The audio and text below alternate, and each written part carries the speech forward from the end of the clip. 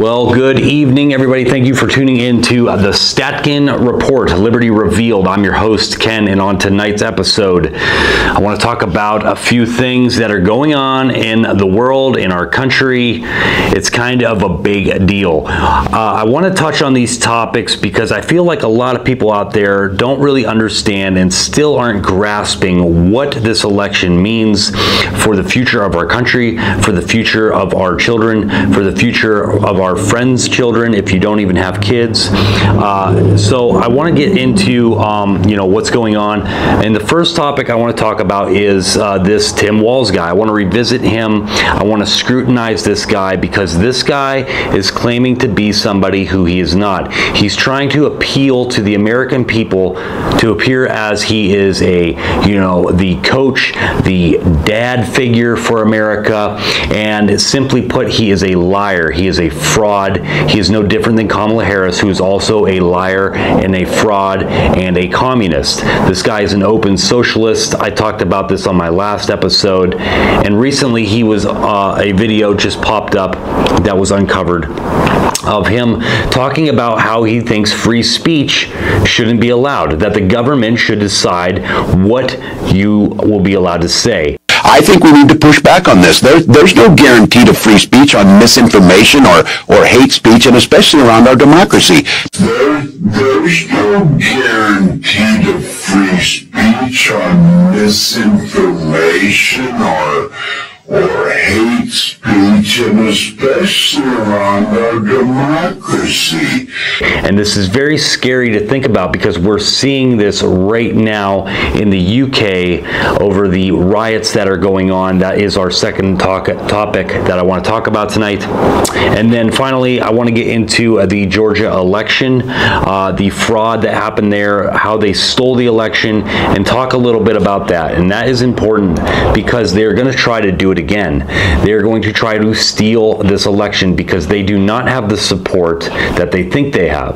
Or they know they don't have the support, but they are creating this illusion that they do. And there are a certain amount of people out there who are brainwashed into thinking that this duo is going to come save the country, even though they've already had 4 years and haven't done jack squat. They think they're going to save the country and lead us in the direction of freedom. And that is a lie. That is a downright lie, and it disgusts me to my very core. So I want to get into this Tim Walz, the stolen valor.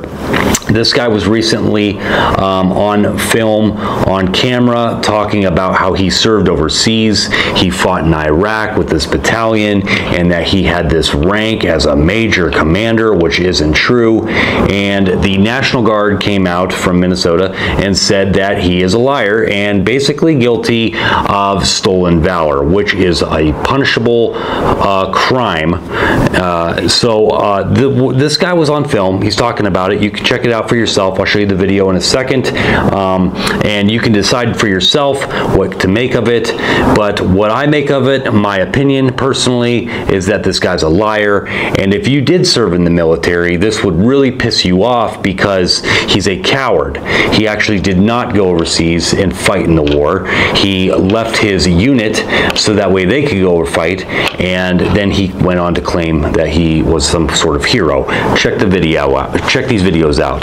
Background? I spent 24 years in the National Guard, some of that full-time. I was an artilleryman. I deployed in support of Operation Enduring Freedom. My battalion provided base security throughout the European theater from Turkey to England in the early stages of the war in Afghanistan. And that same battalion is now in Iraq at this. So I talk to him, I tell him I'm a school teacher, I'm a retired sergeant major. Back in 2005, a warning order went out to the 1st Battalion, 125th Field Artillery to mobilize for a mission to Iraq. At the time, Walz served as the unit's highest non-commissioned officer, but months later, Walz would retire from the Guard, avoid the deployment, and run for Congress.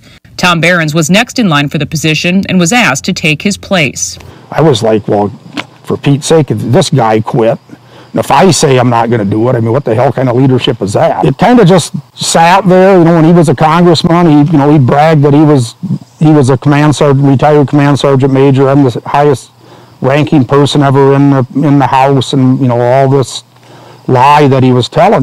Okay, so I don't want to spend a whole lot of time on this guy. I just wanted to show you guys the videos. That way you can decide for yourselves what to make of this guy. My personal belief is this guy's a fraud. He's a communist. He wants to take away your First Amendment rights. He probably wants to take away your Second Amendment rights as well, because Kamala Harris is a strong supporter of gun confiscation, and that's really important. If you don't own guns, if you don't care about guns, maybe you think it's okay to take away the Second Amendment. But I'm going to tell you right now that as soon as you take away the Second Amendment, you're going to lose your First Amendment, and you will not be able to say what you want. Unfortunately, in a communist regime, a Tim Walz, Kamala Harris regime, I could probably be jailed for what I'm saying right now, and that is absolutely scary to think about. But you cannot let that fear control you. You have to stand up and use your voice now while you still can, because our Constitution is worth protecting. It's worth fighting for. And the path that you Kamala Harris voters are taking us down is going to be irreversible. We will not be able to vote our way out of what they have planned for us. It's very important to understand that. Very important to understand that. I want to get into the UK riots. The situation in the UK is not getting any better. You're probably not seeing any news coverage of it because the mainstream media news outlets want to direct your attention away from what is happening in the UK, because they know that is going to happen here, and they do not want resistance against it. But the main story where it all starts out at is 3 innocent young girls were murdered by a illegal immigrant that was come through the border. And the protesters are basically standing up and telling their government that they don't want these illegals in their country anymore. They're committing crimes. Their crime rates are higher. Women are being tortured. Women are being raped. Kids are being killed. And the government is doing nothing about it. And so now we have a problem, because in the UK, people are being jailed for posting things on Facebook that talk about the protests. People are being jailed for retweeting something on X that you know, may be a hate crime, and they're labeling this as hate crimes when really all it is citizens who want a safe country, who want a good life for their families, and the government is engineering this collapse. The offence of incitement to racial hatred involves publishing or distributing material which is insulting or abusive, which is intended to or likely to start racial hatred. So if you retweet that, then you're republishing that, and then potentially you're committing that offence. And we do have dedicated police officers who are scouring social media. Their job is to look for this material and then follow up with identification arrests and so forth. So it's a really, really serious. People might think they're not doing anything harmful. They are, and the consequences will be visited upon them. Arrested. You're going to be arrested, okay? Right. Take you up to the police station. Right. You, okay? This is in relation to some comments that you've made on a Facebook page. Okay? Oh, really? Oh, it's a Facebook crime, is it? Okay. Right. So we need to ask you some questions about that. Right. Have you got anything in your pockets, Thomas? I've got my keys. I've got... No, that's about it, I think. Keys. So, anyone who's been arrested, we can search them under Section 32 of the Police and Evidence Act. Right. And that's for dangerous items. Evidence. I mean, you said I was going to be arrested under some what? Information? I'm going to be arrested for posting on Facebook. Made some comments that are offensive, obscene, and people have made a complaint about that, and it's transmitted can you tell me what this comment was? Okay, well, we'll do that when we interview. All right. Now, to talk through this. So, Matthew, the last point there is crucial, isn't it? Some people might be sharing simply to warn their friends, but it could be considered an offence because they're amplifying this. Absolutely, and that's the key message, is that however you think you're acting innocently on social media, whatever platform it is, you're just sharing something for whatever reason, that could potentially be a criminal offence. And look, it's not an idle threat either, because the Crown Prosecution Service were keen to point out that they've made a number of charges in relation to stirring up of racial hatred online, one of which this morning was for distributing a recording that could, intending to stir up racial hatred. And so they are actually already bringing charges in relation to this sort of thing. So it's a very, very clear message based in the harsh reality, if you like, that if you do this kind of thing, you are potentially committing a criminal offence. There he said it. They've got teams of people scouring the internet looking for this sort of thing. And if you are in the business of sharing or retweeting, whatever platform it might be, potentially criminal material. They are not the good guys. They are the bad guys. They are trying to destroy the country. That way they can rebuild it into one that is a total tyrannical, totalitarian, governed by AI regime. That is a very dark dystopian future, but I am not exaggerating to you when I tell you that that is what they want, and that is what they're going to get if there is no resistance. If there are no people to stand up and say, I want my freedom, I want my constitutional rights. We're very fortunate right now to live in the United States, and make no mistake that the civil unrest is coming to this homeland. You need to wake up and start to understand what is happening here. This is not by chance. This is not by accident. This is engineered. This is an engineered takedown of your freedom, of your liberty, and the Constitution of the United States. And they will stop at nothing until they get what they want. They will not relinquish their power.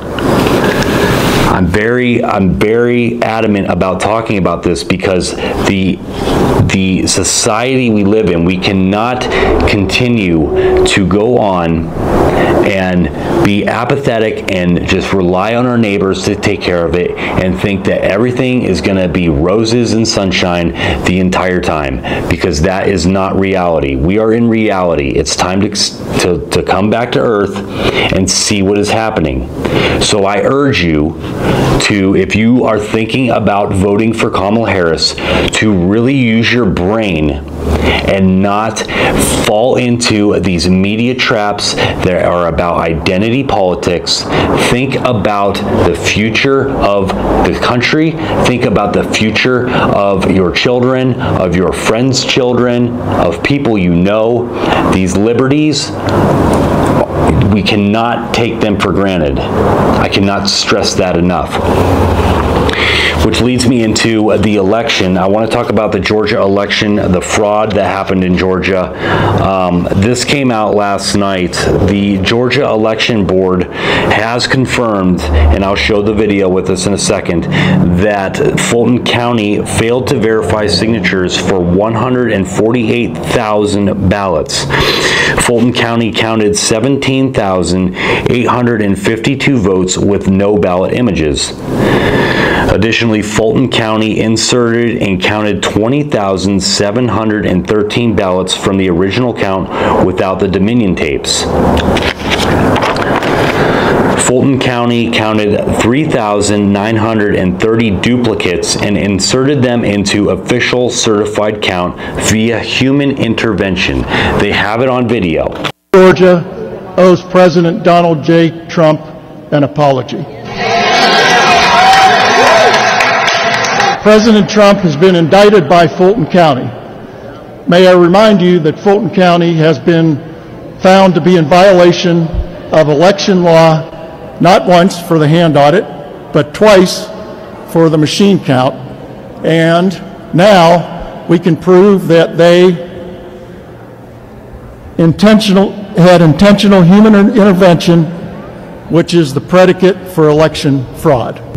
And so what happened? So do you know the numbers of these total batches? Like, I don't remember what the totals were when the batches. I don't think they weren't disparate. They were fairly close. But the simple fact that they occurred. So if you see that little bubble right there, this is one image. Here's another image. Exactly. See, exact same. And the batch number. What is it, 5162? Well, so scanner 5162. Okay, scanner. Batch number 235, image number 92, matches the same scanner 5162, batch 234, image 33. So there you have it. Duplicate ballots. The entire batch is scanned several times. And ask the question, well, okay, well, what did we do for signature verification? And the comment I got back was, which frankly at that time floored me, was, well, we didn't do any. And I remember I forget where I was, I was on a phone call, I forget exactly, and I apologize, it's been so long. But, I do remember that comment that, we didn't do any. Now, of course, I took that saying, all right, well, by law, you've got to do signature verification. You've got to at least have somebody looking at this. And one side of that is that whomever you have that is looking at and supposed to be, verifying signature, that if there is no signature on the oath envelope, then how are you curing it, or what are you doing with them? A lot of the confusion around the election fraud, around how they stole the election, has been weaponized and manipulated against the people. So when they hear stole the election or election fraud, the only response they can come up with is a chuckle and a laugh, and because it is a brainwash, they have been brainwashed into thinking that these elections are legit. They're not legit. The circumstances under last election during COVID made it easy for them to steal. They, in this, Fulton County actually had a water line main break, go figure, during the election process, which is why Donald Trump, I believe, this year is asking that people vote early. I'm personally planning on voting early. This is a topic of debate among a lot of people. Some people think, no, you only should vote on the day of, and they will argue that last election Trump asked people to not do mail-in voting and to not vote early because he knew that was another way that they were going to steal the election, whereas this time they don't have the power to steal it the way they did last time. And voting early is important because I think he believes, I'm speaking for him and I'm speaking for myself, but I think that we believe they are going to do as much as they can to disrupt voting centers and election polling places on election day. Power outages, cybersecurity. If you go to your voting area and there's a power outage or there's another water line break that soaked all the Dominion machines, your vote doesn't count. So I think it's important to vote early this year, to go to the courthouse, put your vote in, they hold it. I think it's going to be a much more reliable way. That's the way that Trump is asking people vote. He said you could do both, but it's good to vote early, and I trust Trump 100%. You may not like Trump. You may not like me now because I like Trump. A couple months ago, I was 70% behind Trump, maybe 60% behind Trump. Today, I am 110% behind Trump because I understand that Trump is literally saving the country. You guys out there have to understand what is coming down the pipe. Trump is literally going to save the country. I don't care what he says, how he says it, who he offends. I want this nation to be strong. I want this nation to be safe and secure. I want it to be wealthy again. I want to bring jobs back here. These things are important. I think the safety and security of my American brothers and sisters is probably at the top of my list. The constitutional rights that we are granted, I want them protected. This left-wing Democratic Party, this Harris-Walz campaign is propped up by identity politics, and that's about it. These people are communists. These people are socialists. These people want to destroy the Constitution, and they want a totalitarian, authoritarian government over your life and over the future lives of the American of the Americans for the eternity. There is no going back after this. It's important to understand that. I'm getting off topic a little bit. I'm expressing my opinion. This is my show. I'm allowed to do that. We cannot lose this election. I cannot stress that enough. So we cannot let them steal this election. How are we not going to let them steal this election? I've been asking myself this question probably for the past week and a half now. And the answer to not doing it is by voting early is going to help, and also by having poll watchers, being involved, taking 10 people with you to the polls. It's by standing up. It's by making it too big to rig. That is the Trump slogan, I guess, for this time around, is too big to rig, and it's true. We all have to wake up and understand that if we lose this election, we will lose our country forever. This is the end of the line for our constitutional freedoms, and it's very important. So I really urge you guys to think, use your brains about what is going on. Wake up, stop sleeping at the wheel. Playtime is over. QT time is over. It's time to get to work, and it's time to take this country back. Exercise our rights.